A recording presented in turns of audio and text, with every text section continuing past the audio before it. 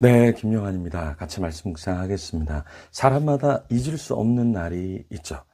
저는 2013년 9월 16일을 잊을 수 없는데요. 예전 교회에서 제가 영어 예배부를 맡고 있는데 디렉터 회의 때 갑자기 담임 목사님이 젊은이 부서 청년부를 맡아라 이런 이야기를 하셨어요. 근데 저는 굉장히 가슴이 뛰는 일이었는데요. 아내는 이제 쌍둥이 우리 하암주애가 갓 태어났을 때라 아이를 좀 더 돌봐주면 좋은데 청년부 사역이라는 게 같이 먹고 마시고 시간을 많이 보내야 하는 거잖아요. 그래서 조금 우려하고 걱정하고 하지 않으면 좋겠다 이런 마음이 좀 있었는데요. 저는 굉장히 감사했습니다. 그래서 그 청년부 맡을 걸 생각하면서 밤에 잠잘 때 이런 것도 기획하고 저런 것도 기획하고 또 새벽에 1시, 2시에 깨면 또 노트에다가 이런 걸 좀 준비해서 해야 되겠다. 이렇게 노트에 적기도 하고 가슴이 뛰기 시작했습니다. 자, 여러분은 어떤 것에 가슴이 뛰고 감사하고 기대가 있습니까? 오늘 이스라엘 백성들은 무엇에 감동을 먹고 가슴 뛰는 일, 그리고 잊지 못할 일로 남게 되었을까요? 출애굽기 12장 14절에서 28절 말씀을 오늘 살펴볼 텐데요. 자, 이 말씀을 보면 이제 우리가 잘 아는 6월절이 나옵니다. 그 내용을 좀 살펴보면 먼저 14절과 15절 너희는 이날을 기념하여 여호와의 절기를 삼아 영원한 규례로 대대로 지킬지니라. 너희는 이래 동안 무교병을 먹을지니 그 첫날의 누룩을 너희 집에서 제하라. 무릇 첫날부터 일곱째 날까지 유교병을 먹는 자는 이스라엘에서 끊어지리라. 자, 하나님께서 무엇을 먹으라고 하셨죠? 누룩이 없는 맛없는 무교병을 먹으라고 하셨어요. 그리고 첫날에 성회로 모이라. 마지막 날도 온 백성이 성회로 모이라. 이것은 무엇이냐면 예배하고 예배하고 또 예배해라. 그런데 누룩이 없는 것을 먹으라는 말씀은 너네 좀 긴장해야 돼. 지금 떠날 준비를 해야 되고 너희 마음을 가다듬어야 하고 어려움이 있을 수도 있어.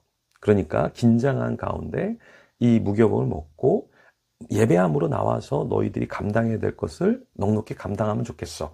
이렇게 말씀하신 거죠. 저희가 반별 집회를 계속해서 하고 있습니다. 왜 할까요?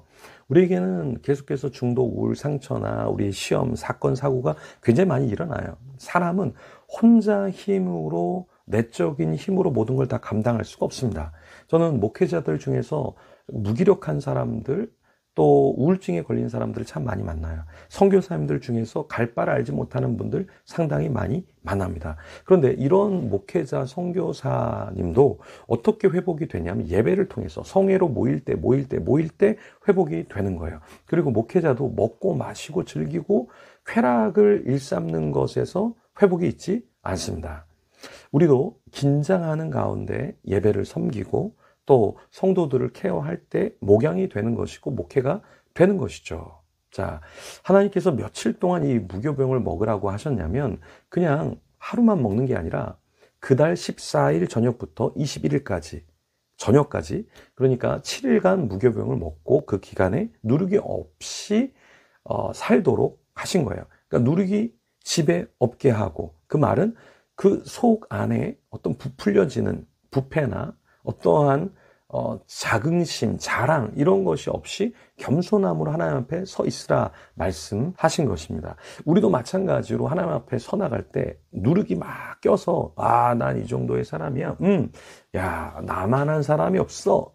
내가 제일 많이 헌금해. 내가 제일 많이 기도해. 뭐 이런 게 아니라 좀 더 겸손함으로 우리를 낮출 필요가 있죠. 누룩이 없는 빵을 먹으라고 하신 것은 단지 그냥 빵의 누룩만 제거하는 것이 아니라 우리 속에 주님께서 보시기에 불편한 것들을 다 제거하라 라고 말씀하신 것이죠.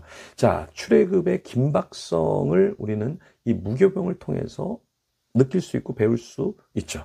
누룩이 상징하는 것은 종종 부패, 죄 그런 것을 상징합니다. 그래서 마태복음 16장 6절, 고린도전서 5장 6절에서 8절도 이런 부분을 이야기해요. 무교병, 그러니까 누룩이라는 것은 단순히 발효되지 않은 빵이 아니라 우리 안에 있는 내적인 부패를 말하는 것이죠.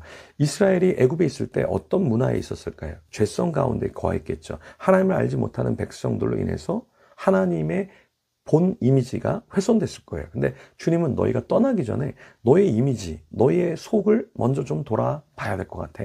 그리고 출애굽하면 좋겠어. 우리가 결혼하기 전에 결혼식만 준비하는 사람들은 결혼한 다음에 결혼 생활에 어려움을 겪습니다. 그렇죠? 여러분도 아마 다 경험해 보셨을 거예요. 그리고 젊은이들은 경험하게 될 겁니다. 결혼식보다 더 중요한 게 무엇일까요? 내 내면, 내 안에 있는 병, 질환, 이런 것들을 다 좀 체크업을 하고, 그리고 우리를 조금 더 건강하게 하고 결혼하면 좋잖아요. 그래서 예전에 결혼할 때는 일을 다 고치고 결혼하는 것, 네, 이런 것도 하나의 중요한 포인트였죠. 결혼한 뒤에 돈이 많이 드는 것보다 결혼하기 전에 먼저 좀 치료할 것들은 치료하고 결혼을 하기도 했습니다. 이 누룩이라는 거, 그리고 이 유월절, 무교절이라는 것은 사실은 주님과의 언약을 말해요. 그래서 그냥 단순한 절기가 아니라 너네가 이 무교절, 유월절 이것을 지키면서 계속해서 언약 관계에 있다는 걸 잊지 마라. 이것을 주님께서 우리에게 말씀해 주시는 거죠. 근데 이 무교병은 신약에서 예수 그리스도의 속죄 사역과도 연결이 됩니다. 그래서 예수님께서 유월절 만찬에 자신을 뭐라고 말씀하셨어요? 생명의 떡이다. 죄 없는, 누룩 없는 희생 제물이다 라고 말씀하셨죠. 그러니까 무교절은 단순한 절기가 아니라 예수 그리스도의 희생, 예수 그리스도의 죄 없음도 상징하고 있다라는 것이죠. 그리고 주님이 이것을 유월절, 이 성만찬을 주님 오실 때까지 계속해서 하라고 말씀하셨죠. 이건 종말론적인 신앙을 갖고 계속 우리 자신을 돌아봐야 한다라는 것입니다. 우리도 마찬가지입니다. 우리가 우리 자신을 정결하게 하고 무교병, 그러니까 누룩이 없는 떡을 때로는 먹으면서 우리 자신을 돌아보아야 한다라는 것입니다. 자, 그리고 주님께서는 자녀들이 왜 이렇게 무교병을 먹고 유월절을 지키는가 이렇게 물어볼 때 뭐라고 말씀하셨냐면, 너희 자녀들이 물어볼 때 이것이 여호와 하나님이 애굽 사람에게서 탈출하고 그 사람들에겐 재앙을 주었지만 이스라엘 자손은 보존했던 것을 알려주라. 그렇게 말씀하셨어요. 자녀들이 물을 때 그냥 절기야, 이게 아니라 예전에 우리가 출애굽을 했는데 그때 하나님이 이스라엘에겐 축복을, 애굽에는 저주를 주셨어. 그래서 너희들이 이걸 잊지 않아야 돼. 그래서 이걸 계속해서 하는 거야. 이렇게 알려주라고 말씀하셨습니다. 우리도 우리 자신만 신앙생활하는 거 좋습니다. 그런데 우리 자녀들도 신앙생활을 해야 되고요. 우리 부모님도, 우리 친인척들도, 우리 주위에 있는 사람들도 내가 정말 믿음의 사람이라면 주위 사람들을 흔들어 깨워서 주님 앞에서 온전한 삶을 살도록 해야 하는 거죠.